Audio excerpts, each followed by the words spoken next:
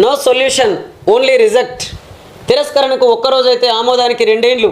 అంటే no solutions only reject.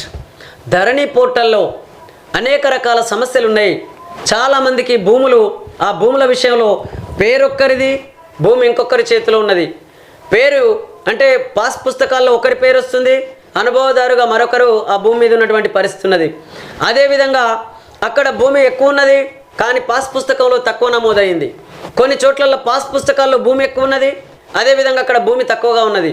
కాబట్టి ఇట్లా సమగ్ర సర్వే ద్వారా అసలు ప్రభుత్వ భూమి ఎంత, ప్రైవేటు భూమి ఎంత, మరి ఎవరి భూమి ఎంత ఉన్నది, ఇదంతా కూడా రాష్ట్ర వ్యాప్తంగా పూర్తిగా ఒక సమగ్రమైనటువంటి సర్వే చేసి ఆ సర్వే ద్వారా ఎవరి భూములు వాళ్ళకు అప్పచెప్పి, అది ధరణి పోర్టలా ఇంకో పోర్టల్ ఏదో ఒకటి పేరు మార్చినా ఏది మార్చినా కానీ మొత్తం మీద రాష్ట్ర ప్రజలకు ఉన్నటువంటి భూ సమస్యలన్నింటినీ పరిష్కరించే విధంగా ప్రభుత్వం కృషి చేయాలని చెప్పేసి మేము విజ్ఞప్తి చేస్తున్నాం.